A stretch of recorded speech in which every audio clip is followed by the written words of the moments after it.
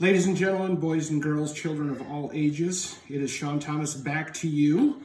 Actually, I had a couple pretty nice feedbacks from the last video so far, so I'm going to continue to do this and have fun when I can.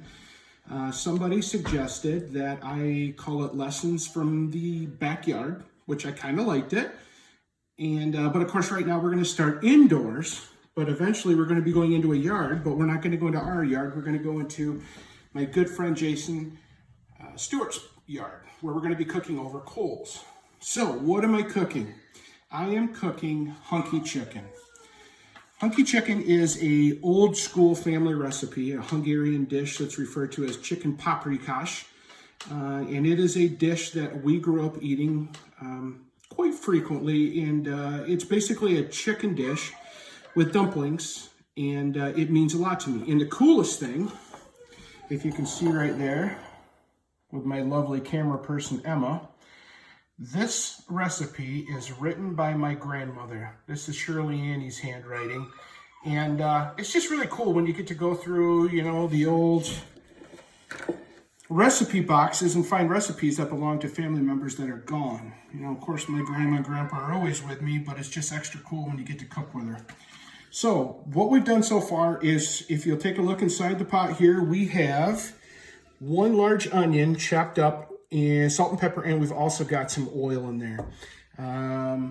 What I'm going to do next is put in some paprika, Hungarian paprika, and then the chicken, and we'll be taking it over and cooking this whole thing in one pot over a fire. But I'm just trying to get as much prep work done as I can here to take over there to make life easier. So stay tuned. Okay, we are back. First and foremost, please ignore the stupid puppy Luna's just ridiculous constant whining. So no, I don't have a child locked up in a cage back there. I have a dog. Now, I was talking about the paprika. So Budapest Best is what I like to use. Why do I use Budapest Best? Because why would you use something that's second best when you can use the best? So what we're going to do now is we're just going to be taking our chicken and literally just putting our chicken right inside there on top of the onions. Now, I'm sure my grandma and grandpa did it a little differently, and that's okay. I'm kind of doing my own little spin on it. But basically what we're going to do is we're going to put this chicken in here, and then we're going to put a crap ton of paprika on it, and then we're going to cook it. We're going to cook it in its entirety inside of this pot, just rotating the pieces. Once we get the chicken done, then we're going to add in chicken broth. And basically to cover it up and add a little more, because I like mine a little extra juicy, and then we'll be going through and putting dumplings in. So what we're going to do right now is we're going to put a ridiculous amount of paprika. Now, paprika has a little bit of a taste, but I mean, honestly, there's not much there. But more than anything, it's a great color. And if you read Grandma's instructions, it says to put a lot on there to color it. So we're good from there. What we'll do next is we'll get the top on this thing. Clean hand, dirty hand. You gotta use the clean hand.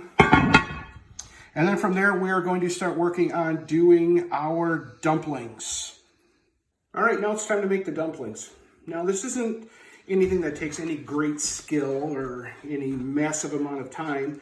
It's something that's just an old school comfort food. You can use Jiffy Mix, or you can use Bisquick. It's a preference issue. Last time I was at the grocery store trying to stock up on some stuff, they were out of Bisquick. So I went with Jiffy. Actually made some, what did I make a couple days ago? Pancakes. Pancakes out of it, and it was fantastic. So I'm going to keep going with it. Now it says for a single batch is 10 to 12 dumplings. I think that's ridiculous because I can't see myself only eating 2 dumplings. So we're going to double batch it. And the great thing about this is there's only 2 ingredients, milk and this stuff. So what we need is we're going to need 4 cups. Now this is no form of an exact science. You don't need to sift any of this stuff or worry too much. Come on. There's 2. Yeah, let's hope we got enough in the box. Oh yeah. Let's beat that down. Okay, 4 cups. Now for milk, We need 2 1/3 per batch, so that means we need 1 1/3. Don't touch it, Norman. Good enough. In we go. Now this is something where you don't need a blender, you don't need a whisk unless you want to. Basically what you're doing is you're just incorporating these together. So nothing too crazy, nothing too fancy. You don't need to worry about getting all the lumps out. That's kind of what, you know, like with pancake batter or biscuits or anything else, it kind of just adds to it. So that is it. That is literally dumplings. And then what we'll do is we'll just drop spoonfuls right on top of it once we get everything, the chicken done, and we get the chicken broth in there. So what we're going to do right now is we're just going to put a lid on this, and then we're going to put it into the fridge and just let it hang out. And the next time you will see us, we'll be over at the Stewart's house working over some coals. All right, boys and girls, we are back. So now we have the chicken, the onions, the seasoning, and that oil inside of the Dutch oven. And we are over a wonderful bed of coals. We are over here at Jason Stewart's house. Jason, how are you today? Great. Jason, when did you know that you loved me? Probably the second I seen you. Was it my epic beard? It was. That's what I thought. Yeah. Well, thank you so much for inviting us over and letting us do this. In a little bit, we'll open up the lid and take a peek at the chicken. Oh, and by the way, everybody watching this, Jim Mang, I hope you're watching this. I told you I'd give you a shout out. Jim, if you are, I'm waving at you from the southeast corner. All right, everybody, we're back. Now, what we're going to do is, it's been on here for, I don't know, 15, 20 minutes. So let's just take a peek and see how we're doing. Smells amazing. Nope. Oh my gosh, does that smell amazing. Look at that happiness. That is some happy chicken. Delicious. We've got enough juices coming off of those onions and out of the chicken, as well as the oil that's in there. I don't even know if I'm going to even worry about flipping it, to be honest with you. So, we'll be back in a few. All right, let's take a peek and see if we need to rotate anything. No, nothing's sticking. Onions are looking great. Everything's fantastic. We're quite golden right now. Chicken's looking good. Love that bird. So we are looking amazing right now. So we're going to add a little bit more liquid to it, not a tremendous amount. So set this down. So what we need to do is, instead of using chicken stock, I'm just going to use some of that better than bouillon. So I'm going to kind of keep an idea of how much is going in. Okay, so that's a quart of water. Because the magic of Google, I know that a quart is 32 ounces. And this stuff needs about a teaspoon for every 8 ounces.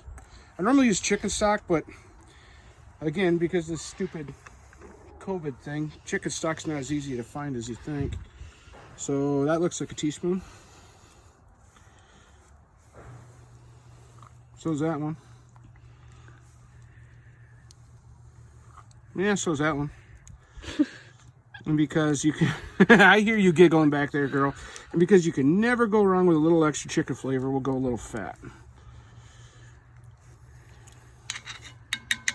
We'll let this catch back up to a boil. Continue to cook. And then it's on to the dumplings. All right, let's see the chicken stuff.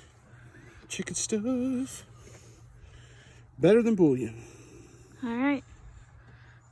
All right, boys and girls, take a peek here.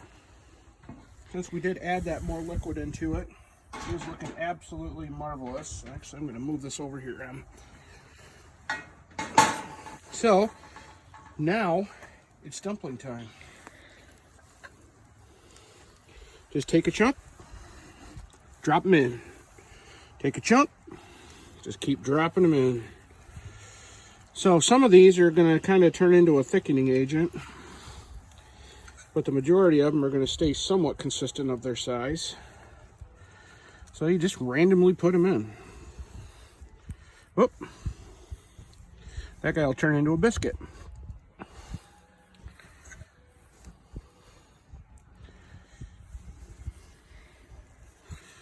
I'm sure some people will say my dumplings are too big or too small. Doesn't matter. I don't much care because they're going to be delicious.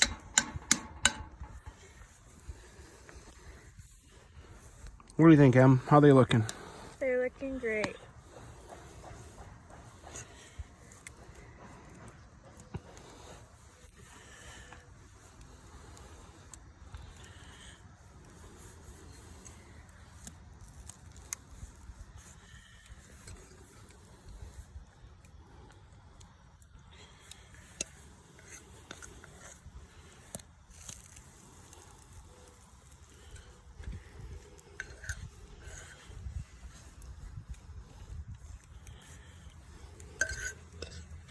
And then from here, folks, we just set it and forget it, as the old Bronco used to say.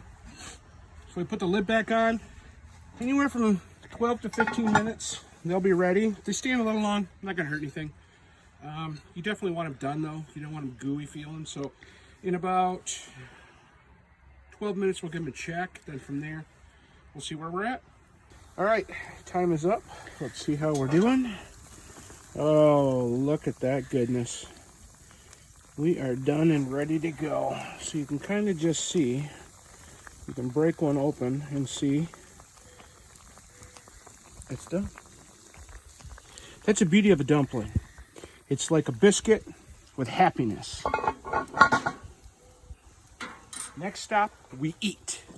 We're all complete. Now it's time to eat. You guys don't need to see me take a bite. That's ridiculous because you know it's going to be amazing anyways. So this is it. Hope you make it.